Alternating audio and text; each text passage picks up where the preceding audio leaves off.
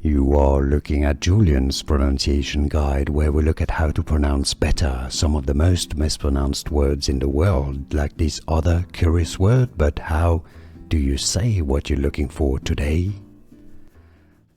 Let's learn once and for all how to pronounce this word correctly. By the way, if you want to learn more confusing vocabulary, including from anatomy, medicine, make sure to stay tuned. I've got tons more videos you love hearing from.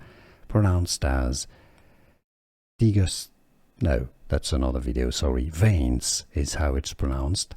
Veins. You've got a diphthong, two different sounds. Ain. How to pronounce in English. English pronunciation.